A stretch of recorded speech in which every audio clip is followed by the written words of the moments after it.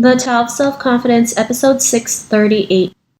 Welcome to the Tao of Self-Confidence, where I share stories of amazing women who have discovered their inner journey to self-confidence. Visit our website at thetaoofselfconfidence.com. Your inner journey to self-confidence awaits. Well, hello, friend. Welcome to the Tao of Self-Confidence, where I share stories of amazing women who have discovered their inner journey to self-confidence. I'm your host today, Sheena Yap Chan, and today I have an amazing lady on the show today. She's a university student and also the creator of The Inner Leader, and I'm really excited to have her on and share her story with us today on self-confidence. So without further ado, I'm going to introduce you to Lindssay Tran. Lindssay, how are you today? Maybe you can fill in a little bit more about yourself to the listeners. Yes, thank you, Sheena, for having me on the podcast. I'm doing very well. Aside from being a university student and creating the Inner Leader Project, a mindful leadership project, I'm very much a learner in my everyday life. I love to read. I love to read books on business, psychology, personal development, and I'm also a Vipassana meditation student. Meditation is a big part of my life. I practice it every day. I went to a meditation retreat, and it's a very big part of who I am. And I'm constantly seeking ways to grow myself. So that's just a little bit about me. Awesome. Well, thanks for sharing that. And Lindssay, what's your cultural background?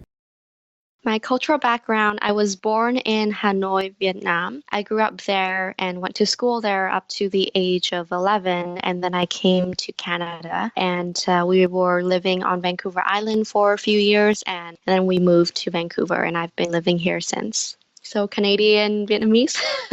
Awesome. Well, thanks for sharing that. And what would be your favorite self-confidence quote? Yes, my favorite self-confidence quote is, "You yourself, as much as anyone in the entire universe, deserves your love and affection." And it's by Buddha. Thanks for sharing that great quote. And in your own words, how do you define self-confidence?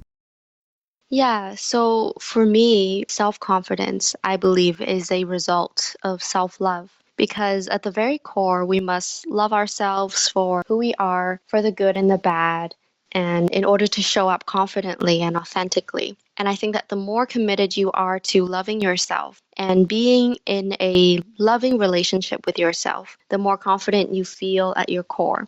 So for me, it's not so much about the way you look, but it's truly about the way you feel inside, within your heart, your body, your mind, and your soul. And for me, when I allow love to be at my very core and at the very essence of my being, for me, I feel that is true self-confidence, because love is a very, very powerful force. And in my definition of self-confidence, treating yourself with love and kindness, you go on this journey of learning about yourself without judging yourself. And I think that's so important, because you can see the reality and the truth about yourself rather than the critical voices that are influencing you from society. So it's not just in knowing yourself, but you must accept yourself wholeheartedly and completely for both the good and the bad. And despite knowing the bad, still believing that you are whole and complete by just being you. And so for me, self-confidence is showing up with a heart full of love. Thanks for sharing that great definition. And what was your life like before your discovery of self-confidence? It wasn't too long ago. I think it's been a long journey for sure. And at times I really thought that I was confident, but I wasn't. And before the discovery of self-confidence, I was very self-critical. I was never satisfied or content with my present self. I never thought I was good enough. I felt like I needed to constantly improving and was frustrated with my progress in life because I was constantly chasing perfection. And I thought that I needed to be perfect at everything. But of course, I was wrong. And I realized that very recently. In the past, I was in a very tensed and stressful state of mind all the time, just focusing on the future, like focusing on my future goals, my career, my future self, my accomplishments. And now in retrospection, I found myself in the past using kind of the egoistic voice to mask my own insecurities. So like what that means is, to be honest, saying to myself that, oh, you know what, Lindssay, you're smart, you're pretty, you can do better than them. And which I think a lot of us could possibly relate to if we're willing to get real enough with ourselves and willing to admit that. But I think sometimes we use our ego to cover up for our deep insecurities. And certainly that's what I did. And I think that's, as a first step, that is okay to start. But then I realized that eventually those seemingly positive comments can be just as sabotaging when it comes to developing your true self-confidence, because you end up giving in to your own ego instead of gaining the necessary self-awareness and acceptance. And I think when ego thinking becomes a pattern in your life, you become rather narcissistic than confident. And that's kind of the opposite end of the spectrum of where you would want to go. And so for me, I was, seeking outside validation and approval from everyone around me but myself. And I think, in short, just a lack of true self-confidence in back then was very detrimental to my mental health. Thanks for sharing that. And I think that's something we all go through, especially being self-critical and feeling like we have to be perfect in every shape, way, and form, not realizing like, no, we can just be who we are. And, we're going to make mistakes. It's inevitable. And, we just have to learn from them and keep moving forward. And, what was that point in your life when you realized that you were more than enough to go out there and be who you are today? What was that aha moment?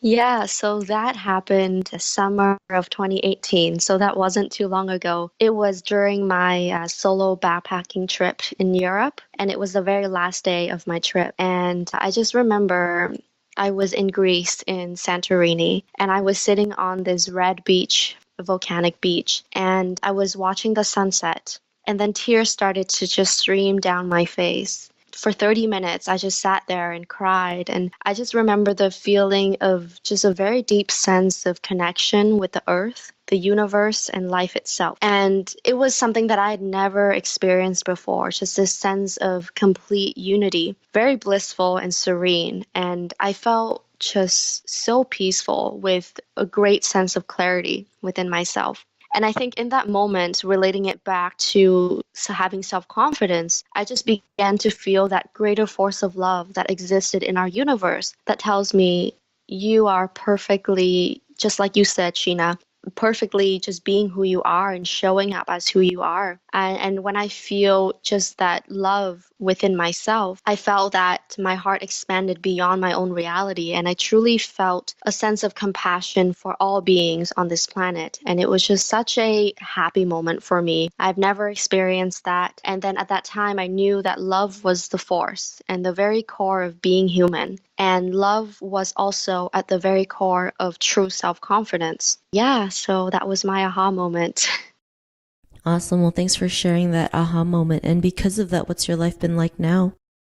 Yeah, so life's been overall just very, very different since I started to aligning myself with my true path and living my life purpose. But surely the journey to self-confidence does not end after the discovery. I think it's a continuous journey of discovering more and more. And for me, it's a process of learning to trust and believe in myself more and more each day. And especially, the farther I am in the pursuit of chasing my dream and my purpose, I only find myself facing greater challenges and fears, and therefore needing to build stronger self-confidence. But I find myself now in better, more loving relationships with others because I have that love and confidence within myself. And my inner dialogue is much more kind and much more loving to myself. I don't beat myself up if I didn't do something that I was supposed to do, just very gently saying, you know what, Lindssay, it's okay.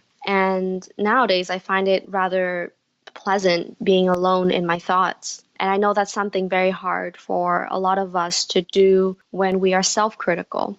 And of course, it's not always the case that I'm in just a great mood and happy and positive, because there are definitely bad days where I'm more critical than the other days. But there are many more good days now with after the discovery. And I think now just living every day with a great sense of gratitude adds to the self-confidence. After the discovery, I also have gained the courage to empower others, inspire them, and uplift them as much as I can. And I try to do that with my team, with the people around me, and my family through the Inner Leader Project. Awesome. Well, thanks for sharing that. And, to the woman who's listening to your episode, she may be in her own journey to self-confidence. What would be that one tip you would give to her? Yeah, thank you. I think that everyone's journey is very different. And you probably can see that through about almost 600 episodes now that you do your podcast. And I think it's just perfect that way. There is no single recipe for self-confidence, but I truly believe that it begins with love. Just like anything else in this universe begins with the force of love. Just listening to what is really true to your heart and listen to the kind voice within your soul and speak to it, not the critical one. I think that true confidence cannot be told or be given, but it is found and built right within yourself. And it really truly begins with you being kind to yourself first. I think being kind to yourself is the most important job. And believing that at the end of the day, your very presence on this planet is the greatest gift for humanity. Thanks for sharing that. And, Lindssay, if our listeners wanted to get to know a little bit more about you and what you do, is there any links or social media profiles we can connect with? Sure, yeah. I'm on social media, Facebook, Instagram, LinkedIn, Lindssay Tran, Lindssay with 2 S's. And you can also find me on the Inner Leader. We're on Facebook and Instagram as well. Awesome. Well, thanks for sharing that. And to our listeners, if you want to connect with Lindssay, you can also head on over to the taoofselfconfidence.com and search for Lindssay's name. Her show notes will pop up along with everything else that we talked about. And I really just want to thank Lindssay for taking the time to share her story and tips with us on self-confidence. So thank you so much, Lindssay. Thank you so much, Sheena, for having me. I'm truly grateful for this opportunity to be able to share this message with your listeners. Not a problem. It was really great having you on the show. And to our listeners, be on the lookout for another new episode of another amazing woman's journey to self-confidence, and we'll talk to you soon. Bye for now. Thank you for tuning in to another amazing episode of The Tao of Self-Confidence. Get your free audiobook by visiting our website at thetaoofselfconfidence.com. Your inner journey to self-confidence awaits.